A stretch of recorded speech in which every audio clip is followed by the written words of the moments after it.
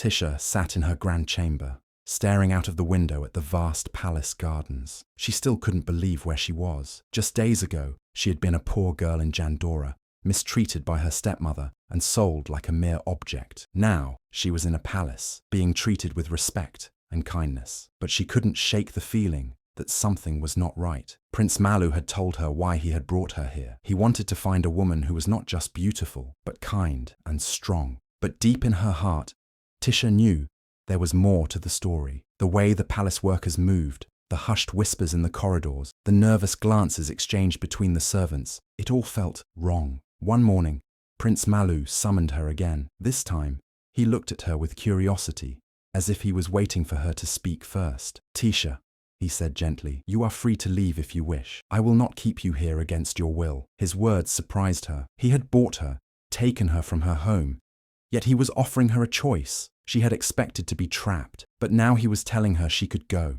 For a long moment, she considered it. She could leave, return to her village, and forget all of this. But then she thought of her father, ill and weak, left under the care of a woman as cruel as Zuena. If she returned, would her life be any better? But more than that, something inside her told her she wasn't ready to leave. There was something strange about the palace, something she needed to understand before she made her decision. "I will stay," she finally said, looking into Prince Malu's eyes. "But not because of the riches or the fine clothes. There is something wrong here, and I want to know what it is." Prince Malu's expression did not change, but there was a flicker of something in his eyes. Approval, perhaps. He simply nodded. "Then stay, and watch closely." Tisha began to observe the people around her more carefully. The servants avoided looking directly at Prince Malu. They whispered among themselves but fell silent when he entered a room. Some looked at him with doubt, others with fear. It was as if they did not trust their own prince. One evening, as she walked through the halls, she overheard two palace workers speaking in hushed tones. "He is not fit to rule," one whispered. "Prince Zuberi will bring true power to Tandoro." Tisha's heart pounded. Prince Zuberi, she had not met him yet, but she had heard his name spoken in the shadows. He was Malu's stepbrother, and it seemed that many in the palace were loyal to him instead. Over the next few days, Tisha listened more carefully. The pieces of the puzzle slowly began to fit together. Prince Zuberi had been secretly turning the palace workers against Malu. He had spread lies, telling them Malu was weak and unworthy of the throne. Worse still, he had bribed the guards and poisoned the minds of the royal advisors. Tisha realized she was in the middle of a silent battle, one that could destroy everything, and somehow, she knew she was meant to be here. She had to warn Prince Malu before it was too late. Tisha could not stay silent any longer. She had seen too much, heard too many whispers, and now she knew the truth. Prince Zuberi was planning to take the throne from Prince Malu. The palace workers had been poisoned with lies, their loyalty shifting towards Zuberi. If Malu did not act soon, he would lose everything. One evening, Tisha went to see the prince. She found him sitting alone in the royal garden, his face troubled. He looked up as she approached, and for a moment, she hesitated. Would he even believe her?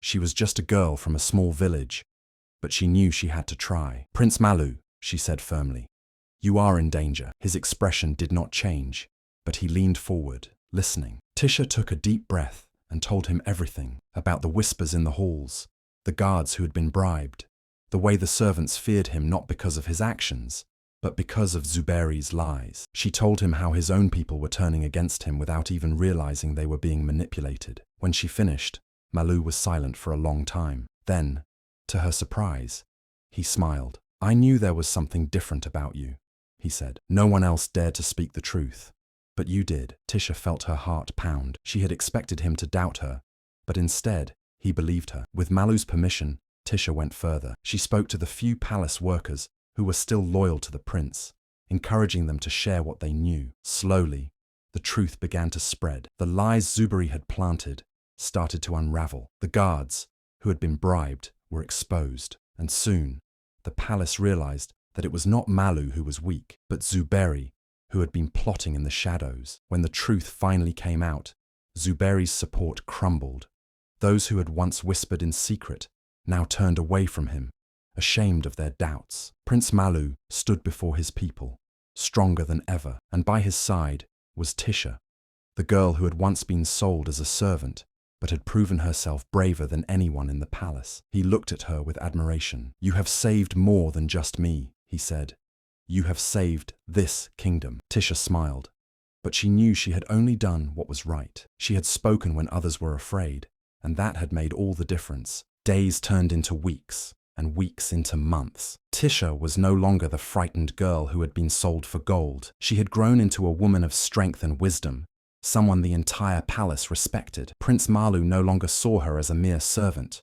She had become his most trusted advisor. Whenever Malu had an important decision to make, he sought Tisha's opinion. She spoke with honesty and intelligence, never fearing to tell him the truth. The palace workers, who had once doubted Malu's rule, now looked up to Tisha as well. They admired her kindness and fairness, knowing she always stood for what was right. Tisha no longer wore the plain clothes of a servant. She dressed in fine garments, not because she wanted to show off wealth, but because Malu insisted that she be treated with the respect she deserved. She moved through the palace with grace and confidence, and people began whispering about her, how a girl who had once been sold had risen to stand beside the prince. The news of her transformation traveled far and wide. Traders spoke of her in the markets. Villagers shared her story around their fires, and soon, even the people of Jandora heard about the girl who had been taken from their village. When Zuena first heard the story, she laughed in disbelief. "It cannot be," she muttered to herself. Tisha was nothing but a burden. She could never rise so high. But as the days passed, the stories grew stronger. Merchants returning from Tandoro spoke of a woman by the prince's side, a woman who was once from Jandora. Zuena's heart pounded with fear. Could it really be Tisha? The same girl she had treated like dirt, the same girl she had sold without a second thought. As reality sank in, Zuena's laughter faded. A deep sense of regret began to fill her heart. She had thrown away someone who could have been her greatest blessing, all because of greed. Now, the girl she had cast aside was living in a palace, while she remained in Jandora, struggling to survive. Zuena could no longer ignore the truth. She had made the biggest mistake of her life. The same girl she had mistreated, the one she had sold for gold, was now living in a palace, standing beside a powerful prince. And where was Zuena? Struggling to survive. After Baba Osi's passing, things had only gotten worse for her. The wealth she had once desired so badly had slipped through her fingers. The gold she received for selling Tisha had long been spent, and no one in Jandora respected her anymore. She had no family to care for her, no friends to rely on. Afraid of becoming an outcast, Zuena tried to rewrite history. She spread lies in the village, telling everyone that she had not sold Tisha out of greed, but had sent her away for a better future. "I always knew she was meant for greatness," she claimed. "I wanted her to have a good life, and see, now she is with a prince." But the people of Jandora were not fools. They remembered how cruelly she had treated Tisha after Baba Ose fell ill. They recalled how she had forced the girl to work day and night, how she had shown no hesitation in selling her to a stranger for gold. The truth could not be hidden, and soon the villagers turned against her. Women who had once greeted her with smiles now refused to speak to her. The market sellers ignored her when she tried to buy food. Children whispered about her behind her back, calling her wicked and greedy. The respect she had once craved was gone, replaced by shame and isolation. With nowhere else to turn, Zuena made a desperate decision. She would go to Tandoro. She would find Tisha and beg for her help. Surely Tisha would not turn her away.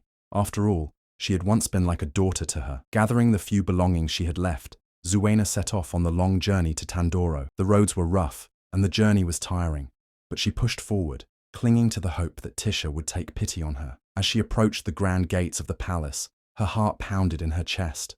Would Tisha even agree to see her? Would she forgive the woman who had betrayed her? There was only one way to find out.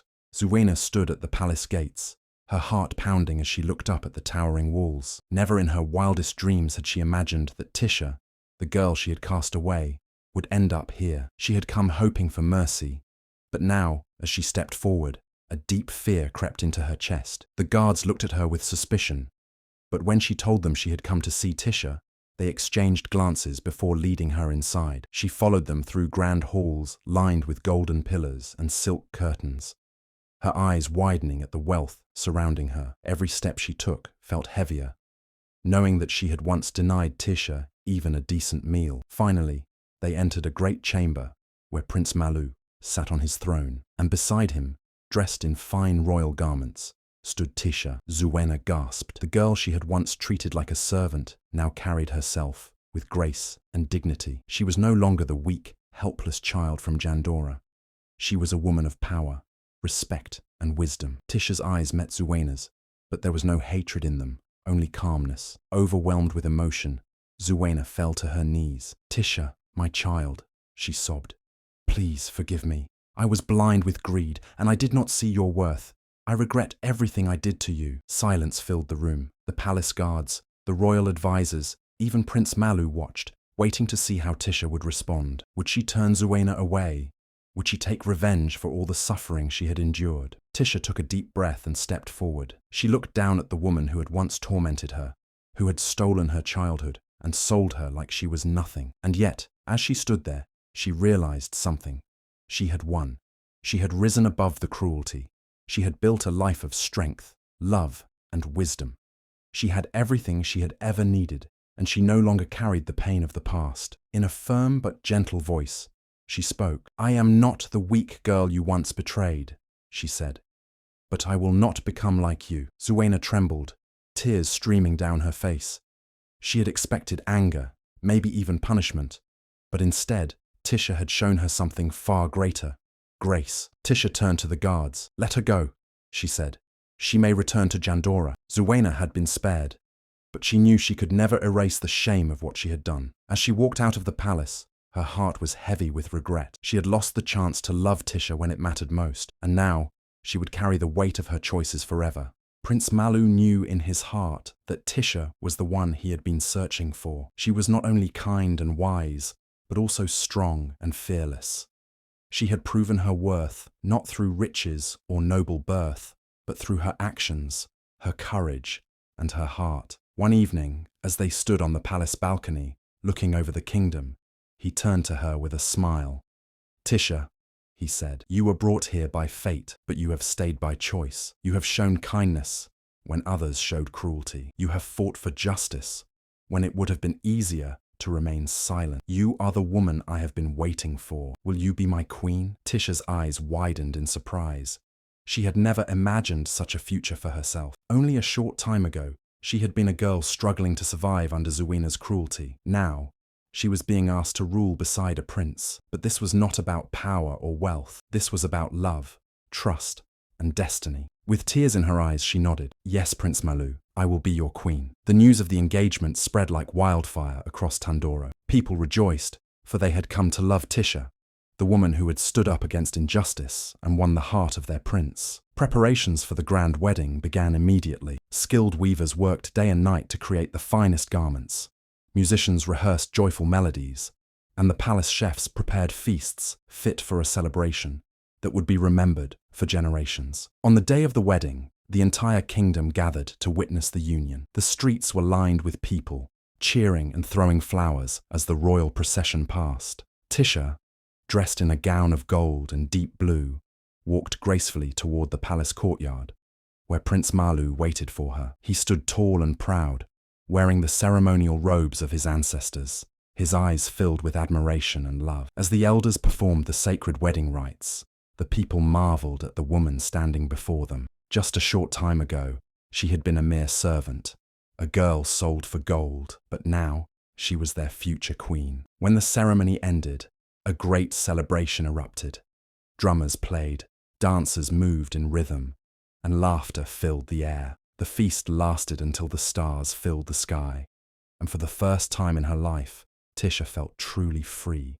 Free from pain, free from her past, and free to embrace the future that awaited her. That night, as she stood beside Malu, hand in hand, she knew one thing for certain: her story was no longer one of suffering, but one of triumph. The girl who had been betrayed had become a queen, and her journey was only beginning. Not long after the wedding, the truth about Prince Zuberi's wickedness came to light. The whispers of his betrayal had been growing louder, and Tisha, with her sharp mind and keen instincts, had uncovered undeniable proof of his deceit. He had not only plotted against Prince Malu, but had also spread lies, manipulated the palace workers, and secretly stolen from the royal treasury. When the evidence was presented before the royal council, there was no room for denial. The elders, the ministers, and even the palace guards were outraged. Prince Malu stood before his stepbrother with a heavy heart. "You were given a place of honor in this kingdom," he said, his voice filled with disappointment. "Yet, You chose treachery over loyalty. Zuberi, once arrogant and full of pride, now stood trembling before the people. He had no excuses left, no lies to tell. The council declared that he was unworthy of his title, and as punishment, he was stripped of all his royal privileges and banished from the kingdom forever. He was given only a horse and a small bag of food, left to wander the lands as a man without a home. With Zuberi gone, peace returned to Tandaro. The people rejoiced, knowing that justice had been served. But Tisha did not let the matter rest there. She had suffered greatly in her past, and she vowed that no girl in her kingdom would endure the same fate. She worked closely with the elders to create new laws that protected women and servants from mistreatment. She established shelters for the poor, ensuring that no child would be sold as she once had been. Her kindness and wisdom won the hearts of the people. They admired her not just as their queen, but as a leader who truly understood their struggles. She visited the villages often, speaking to the people, listening to their troubles, and making sure their voices were heard. Under her rule, Tandaro became a kingdom of fairness and hope. The people no longer feared cruelty from the powerful, and young girls could dream of brighter futures without the shadow of greed and betrayal hanging over them. Tisha's past had shaped her, but it did not define her. Instead, it had made her the queen that Tandaro needed, the queen who would lead with justice, love, and strength. As the years passed, Tisha's story spread far beyond the borders of Tandaro. Travelers carried the tale to distant lands, storytellers sang of her journey in the marketplaces, and elders whispered her name by the fireside, teaching children the lessons of her life. She was no longer just a queen, she was a legend. People spoke of the girl who had been sold for gold by a heartless stepmother, only to rise above her suffering and become a queen. They told of her kindness, her strength, and her wisdom. They marveled at how she had chosen forgiveness over revenge, justice over cruelty, and love over bitterness. In the villages, young girls found hope in her story, believing that no matter how hard life seemed, their future could still be bright. In the palace, her name was etched into history, not just as the wife of Prince Malu, but as a ruler who had changed the kingdom for the better. Even those who had once looked down on her now spoke of her with admiration, knowing that fate had favored her not because of wealth or beauty, but because of the goodness in her heart. Zuena, her stepmother, lived out her days in shame, forever haunted by the mistake she had made. She had thought gold would bring her happiness, but in the end, she was left with nothing, while the girl she had betrayed became one of the greatest queens the land had ever known. And so, Tisha's story lived on, passed from one generation to the next. It was a story of betrayal and redemption, of struggle and triumph, a story that proved that fate could not be controlled by greed, and that true greatness was found in the heart, not in riches. The girl who had once been seen as nothing became a queen who would never be forgotten.